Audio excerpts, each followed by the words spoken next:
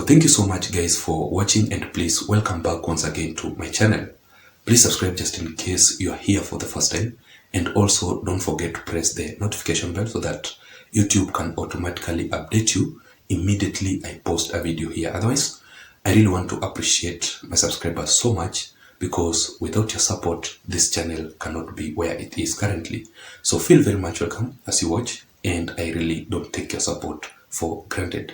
Now, yesterday a delegation from the United States led by the Delaware Senator, well known as Chris Coons, convened a meeting together with the former President Uhuru Kenyatta after Raila Odinga declined their demands to stop the mass actions and the demonstrations across the country each and every Monday and Thursday. According to the sources, ladies and gentlemen, the United States President Joe Biden's administrations asked Raila Odinga to halt the demonstrations as a sign of goodwill, but Raila Odinga responded publicly to Joe Biden and the international community to stay out of the matters dealing with Kenya, and he also issued non-negotiable demands for him to stop the demonstrations across the country. First of all, Raila Odinga made it very clear that for him to stop the mass action, William Ruto must have a sitting with him so that they can discuss on the high cost of living.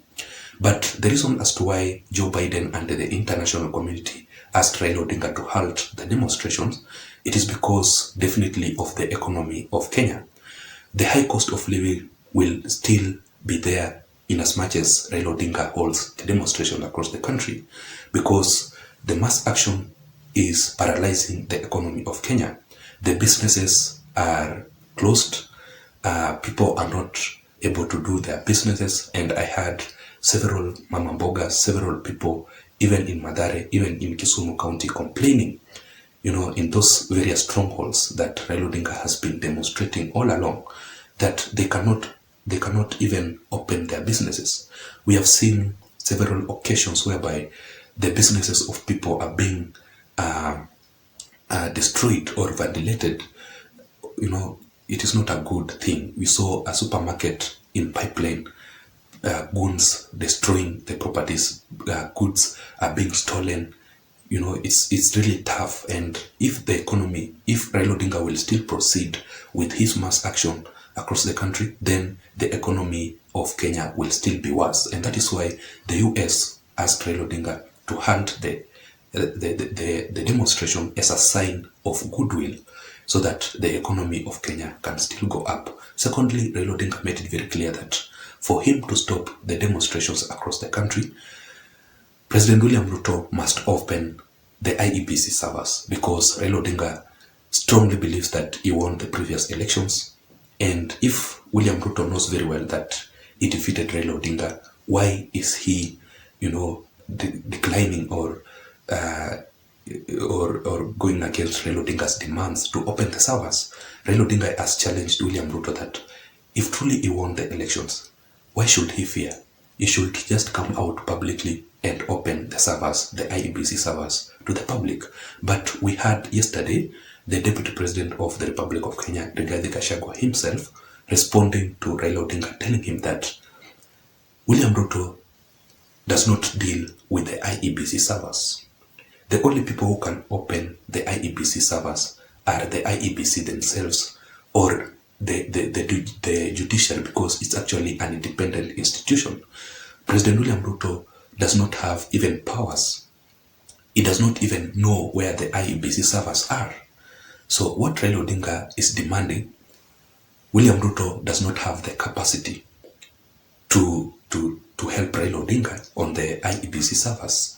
The person who can open the IEBC servers should be the Supreme Court or the judiciary, if it orders the IEBC servers to be open, if the matter is brought to the court, and also the IEBC officials, including Chebukati and the rest. But right now, as we speak, the IEBC officials have already resigned. Others have retired officially.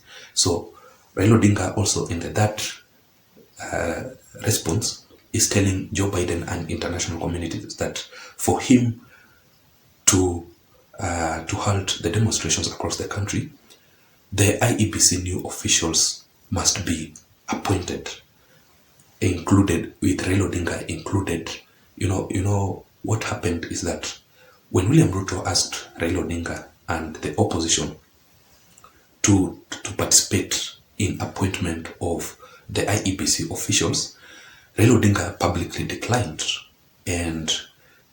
the demand or the request by William Ruto. So William Ruto decided to go with accord as per the constitution, because if William Ruto did against the law, then that matter should have been challenged to the court, and William Ruto's request or move would have been, cut off by the courts. William Ruto decided to go ahead and select a 7-member panel to initiate the IEBC appointment. But Raila Odinga is now declining after the appointment has now started, to build up. So Raila Odinga, what he wants is that the IEBC officials to be reappointed back, the former IEBC officials, including the Cherera 4, to be brought back to the office, which cannot happen. They publicly resigned by themselves. You cannot force a person who has resigned to come back to your work. But here in this video, ladies and gentlemen, the main reasons as to why the United States delegations went directly to the former President Uhuru Kenyatta is, first of all, according to the sources, is that there is Uhuru's hand in Raila Odinga's anti-Ruto demonstrations and the mass actions across the country. There are enough proof that the former President Uhuru Kenyatta is funding Raila Odinga's mass action across the country. He is one of the people who are funding Raila Odinga's mass action because they want to achieve their political interest, their political objectives, which William Ruto, on the other hand, he has denied them. And I saw a certain post that the former President Uhuru Kenyatta's or the Kenyatta's family have sent some emissaries to go and meet with William Ruto, but William Ruto decided to reject the meeting between him and the Kenyatta family. So that I will still do a critical analysis about that issue in my next video. So stay in turn, or just stay here so that you can receive the updates. After this video I've uploaded, the next video will be about the Kenyatta's family went or sent the emissaries to go and meet with President William Ruto after the defense CS Adam Duale exposed that issue. We are going to discuss about that. And secondly, ladies and gentlemen, the reason as to why the US delegations went straight to the former President Uhuru Kenyatta is because Uhuru Kenyatta can simply talk to Raila Odinga to stop the protest. Uhuru Kenyatta is the brother to Raila Odinga, politically speaking. Therefore, what Uhuru Kenyatta can tell Raila Odinga, there is a high possibility that Raila Odinga can listen to the former President Uhuru Kenyatta keenly, and he can obey what Uhuru Kenyatta is telling him. If Uhuru Kenyatta will urge Raila Odinga to stop the mass actions, he will definitely stop.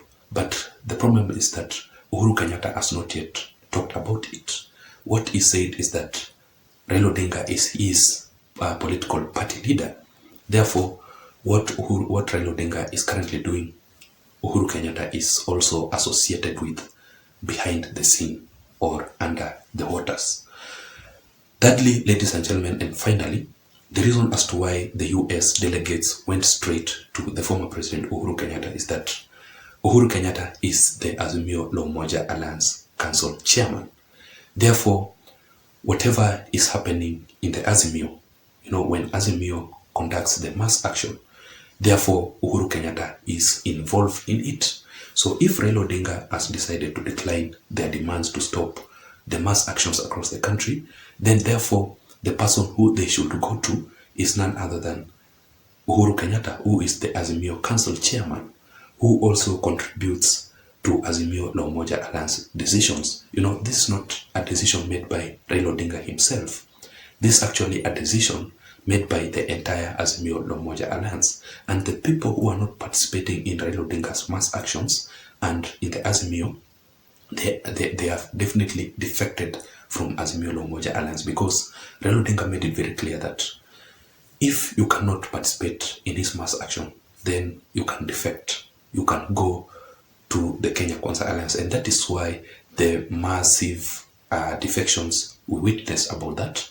That is why there are divisions in Azimio la Umoja Alliance. That is what led to the divisions and the rest of the challenges encountered by the Azimio la Umoja Alliance. Otherwise, that was my analysis for today. What do you think about this issue? Do you think that Uhuru Kenyatta can solve this issue of mass action? Do you think that the USA delegations made a correct decision to go and meet the former President Uhuru Kenyatta to tell Raila Odinga to stop the mass action across the country?